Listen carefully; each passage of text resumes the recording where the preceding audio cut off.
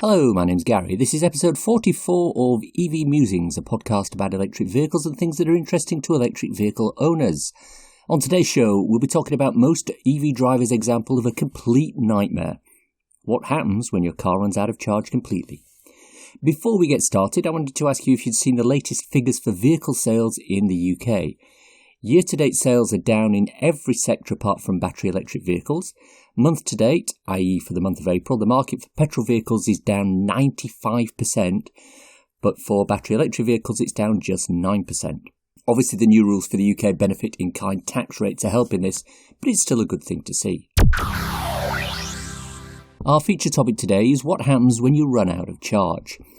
Nobody likes to run out of charge. It's just the same as nobody likes to run out of fossil fuels. Unfortunately, it happens. Not as often in EVs as it does in fossil fuel vehicles, thousands every day in the UK alone, but it does still happen. And in this episode, we'll look at why it happens, how to reduce the risk, and what happens when your EV can no longer push itself along the road. What do you do? Why do EVs run out of charge? Well, the short answer to this question is easy. You went too far without charging up. The longer answer is more nuanced. The reason is that all EVs have a meter on the dashboard somewhere showing you what charge is left in the battery along with a guess of the remaining miles that you can travel on that charge. When the charge hits a certain level in the battery, the vehicle will warn you that you're running low and it will recommend you stop somewhere and plug in. So if this is the case, why do people still end up running out? There's usually a combination of a couple of reasons that cause this. The first one is an inaccurate GOM or guessometer. Some GOMs are notoriously inaccurate, especially when it comes to low states of charge. I've heard of GOMs that have gone from having 10 miles on them down to about 4 miles in a matter of 2 or 3 minutes. Now, that's obviously not good. The second reason is a change in road conditions. If you're running low on charge and you end up having to negotiate a large hill, especially in something with a smallish battery, you'll find that the range will decrease rapidly. Anecdotally, I know of a 40 kilowatt-hour Nissan Leaf that used almost 50% of its range climbing up one of the Brecon beacons in a headwind, a horizontal distance of around 15 miles. And the third reason is detours or chargers not available. This is by far the one that catches most people out. Imagine the scenario. You're heading to a charger. Your planning tells you you'll get there with something like 12% left in your battery. But then the road you need to use to go to that charger is blocked. There's a detour in place, but it will add an additional 5 or 6 miles onto your journey. Not only that, but the detour routes you up a steep hill. It's very, very easy to then find yourself running out of charge very quickly. The other situation where this occurs is when you've set to arrive at a charger with a low state of charge, but when you get there, you find the charger's not working. Or you can't use it because the connector for your car isn't working. Looking at you, Ecotricity. By the time you get to your alternate charger, you do have an alternate charger, right? You may be very low on charge. So what happens when you actually run out of charge? Well, running out of charge is usually a multi-stage process. As I mentioned earlier, the first stage is when the vehicle warns you that your charge is low and recommends you find a charger and plug in. Different cars have this message appear at different states of charge. For me, in the 30 kilowatt-hour Soul, it happens at 25% state of charge and every few percent after that. The i3 does an interesting thing where it makes the dashboard display change colour. Simon Rowe called it brown mode because that's what colour the display turns. It's meant as a visual reminder that you're running low on charge. If you continue to ignore the warning, the vehicle will go eventually into turtle mode.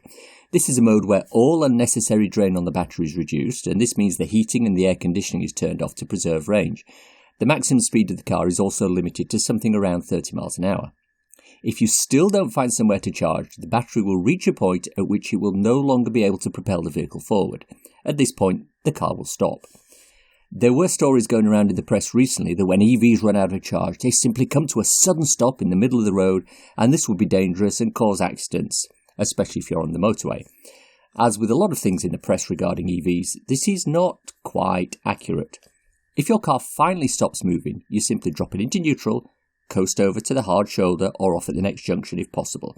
If you're on the motorway and you've been doing 30 miles an hour, you should be in the lane closest to the hard shoulder anyway. But what do you do then?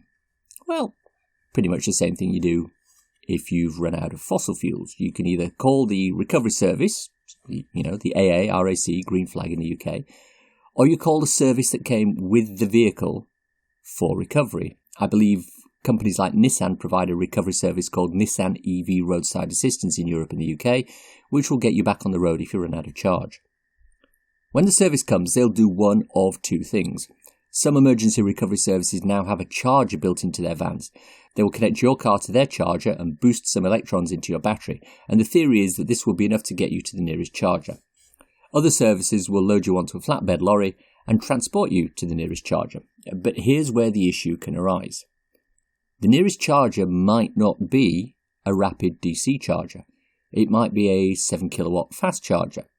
You'll then need to sit there for potentially a couple of hours waiting for the charge to build to the point where you can drive to the nearest rapid charger and continue topping up. This means that running out of charge can take up several hours to remedy once you've added the length of time waiting for the rescue service, the length of time loading the vehicle onto the flatbed and travelling to the nearest charger, and the length of time waiting for a charge to get to a reasonable discharge on your battery. Beware. Is running out of charge dangerous for the car? No. And yes. If you let the battery run down to the point where the vehicle stops running, this should have virtually no impact on the battery or the rest of the vehicle. The battery management system in the car should manage the health of the battery and ensure that no permanent damage occurs. Most EV batteries have a buffer built into them, which will keep some charge at the low end to ensure your battery does not go completely flat. However, if the battery is old and the buffer is lower than it might be, there is a potential for damage to occur if the battery is discharged to empty on a regular basis. My experience, however, is that once you've run the battery down to the point where the car stops, you'll tend to not do that again and use it as a learning experience. Running the car down to brown mode or turtle mode regularly, it shouldn't really be an issue. I remember Jonathan Porterfield from Eco Cars would run his Nissan Leafs down to turtle mode quite regularly when transporting them from southern England up to Orkney or other points in Scotland.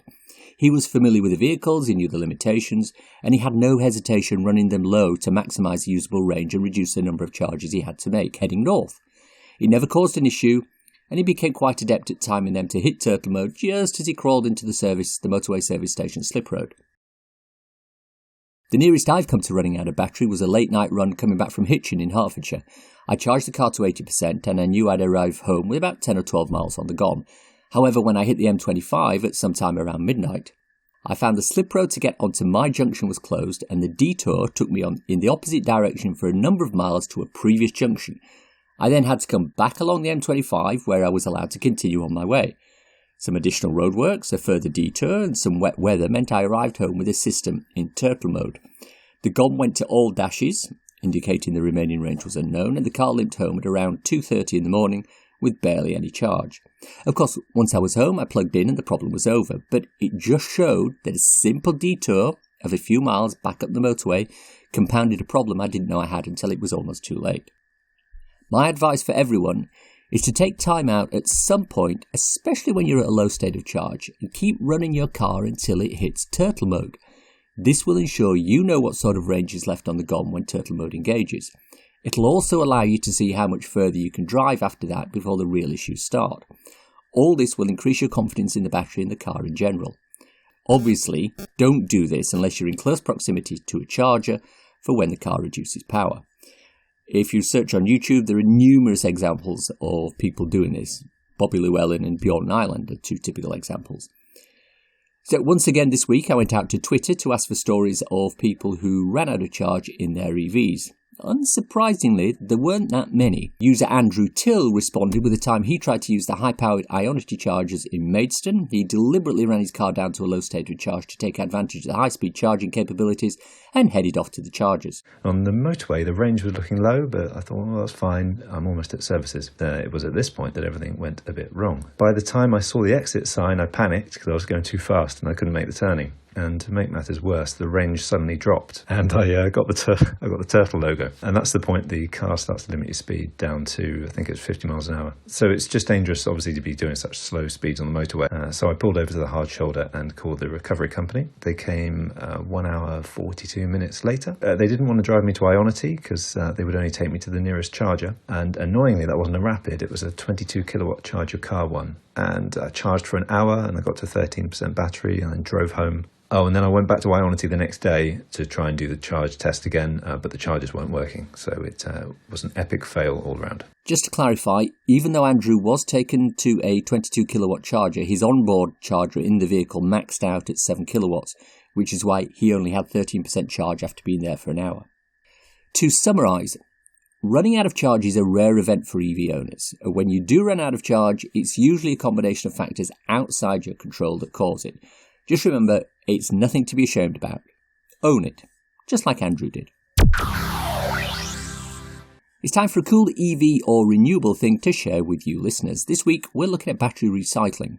Helen Chersky from the Fully Charged show recently visited a German battery recycling company to look at what they do and what the issues are. The video itself is 22 minutes long, and it's a fascinating look at the whole process of taking old or used batteries and extracting everything that can be reused. A couple of things I learned. Number one, batteries at the moment are a maximum of about 85% recyclable. The bits that can't be recycled are the graphite and the plastic, although that is changing. Number two, this company actually uses the power and energy stored in the batteries to physically offset some of the energy needed for recycling them. When they arrive at the factory, they're drained and the power in the batteries is sent to the grid, and they then use that power again in the recycling process. Number three, they actually start by crushing the batteries in a nitrogen-rich environment which manages any potential fires that can be created due to the liquid being used in the electrolyte. Overall, this was a fascinating look at battery recycling and something which will become increasingly important as batteries start to take over more and more of the grid. And that's our show for today. Hope you enjoyed listening to it. If you want to contact me, I'm the Real Gary C on Twitter, or use the EV Musings Twitter account, MusingsEV. If you're wanting a quick reference ebook to read on your Kindle, I wrote a little something called So You've Gone Electric. It's available on Amazon worldwide for the measly sum of 99p or equivalent, and it's a great little introduction to living with an electric car.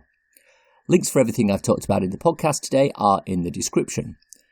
We've also launched a companion podcast, EV Musings Redux. This has some additional bits and pieces related to the episodes we cut out, including full versions of interviews and audio, as well as behind-the-scenes bits and things we decided not to put in the podcast. Search EV Musings Redux wherever you get your podcasts. If you enjoyed this podcast, please subscribe. It's available on iTunes or wherever you get your podcasts. Please leave a review as it helps raise our visibility and extend our reach in search engines. Thanks, as always, to my co-founder Simon. I often wondered if trying to skateboard, film and talk at the same time causes problems, especially when negotiating tight turns on the board. He told me that's one reason he falls off so much. By the time I saw the exit sign, I panicked because I was going too fast and I couldn't make the turning. Thanks for listening.